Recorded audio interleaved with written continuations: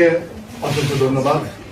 আপনারা যারা আজকে আমাদের সাথে যুক্ত হয়েছেন তারা প্রত্যেকেই সাংবাদিকতায় অনেক দিন, আমি এখানে এসে শুনলাম যে আপনাদের অভিজ্ঞতা বেশ সমৃদ্ধ। আমি মনে করছি আপনাদের অভিজ্ঞতায় লন্ডন বাংলা প্রেস ক্লাবও সমৃদ্ধ হবে। লন্ডন বাংলা প্রেস ক্লাবে যখন সদস্যরা আসে আমরা তাদেরকে লন্ডন বাংলা প্রেস ক্লাবের সদস্য বলি না, আমরা বলি আমাদের পরিবারের সদস্য।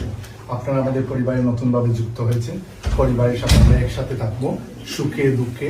কারণ এতদিন আমি আপনাদের যখন দেখেছি, পথে দেখা হয়েছে, সেটা খুব সাধারণ সাক্ষাৎ ছিল, কিন্তু আজকে যতটা মুখ দেখছি একটা আলাদা আন্তরিকতা ভেতর থেকে ফিল করছি, কারণ আমরা এক পরিবারের সদস্য হয়েছি। আমি সাইম চৌধুরী, আমি ভাইস প্রেসিডেন্ট হিসেবে আছি এবং NTN Bangla UK head of news হিসেবে আছি।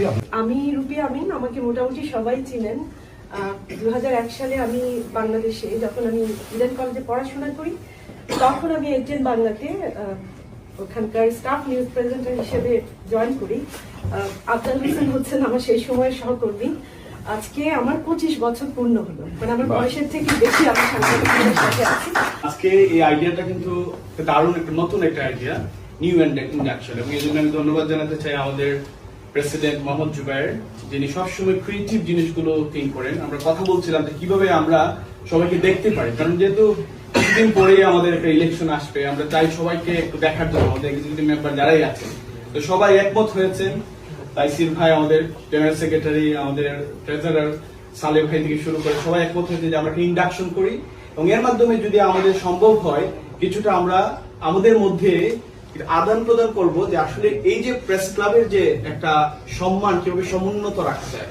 তো যে জায়গা থেকে আমরা আলোচনা করেছি, অনেকেই অনেক কিছু বলেছেন, এবং আমার মনে হয় আমরা সবাই মিলে এই প্রেস ক্লাবকে এমন একটা ধারায় নিয়ে যেতে পারবো যে পরবর্তীতে অনেকেই প্রেস ক্লাবের সদস্য হওয়ার জন্য তো চাইবেই, এই প্রেস ক্লাবের সাথে কিভাবে আর সম্পর্ক আরো বাড়ানো যায় দল মত নির্বিশেষে সেটা চেষ্টা করবে।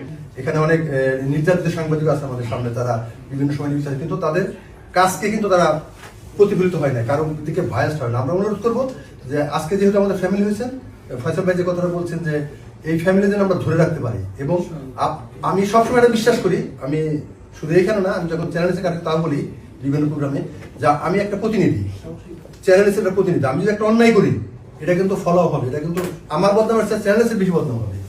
কারণ ওই জিনিসটা আমরা ভাবি যে আমি প্রেস ক্লাবের একটা মেম্বার, আমি যদি কোনো অন্যায় করি, আমি যদি কোনো আচার ব্যবহার কেউ যদি দুঃখ পাই, এটা কিন্তু আমার জন্য নয়, এটা কিন্তু প্রেস ক্লাবের বদনাম হবে। প্রথমত হচ্ছে আমি মানে লেখালেখি অনেক আগে থেকেই, প্রথম রিপোর্টার হিসেবে নিউজ পাবলিশ হয়েছে আমার 1990 সালে দৈনিক জনতায়, তারপরে রাজশাহী ইউনিভার্সিটি করসপন্ডেন্ট হিসেবে, তারপরে আমি ডেইলি স্টারে কাজ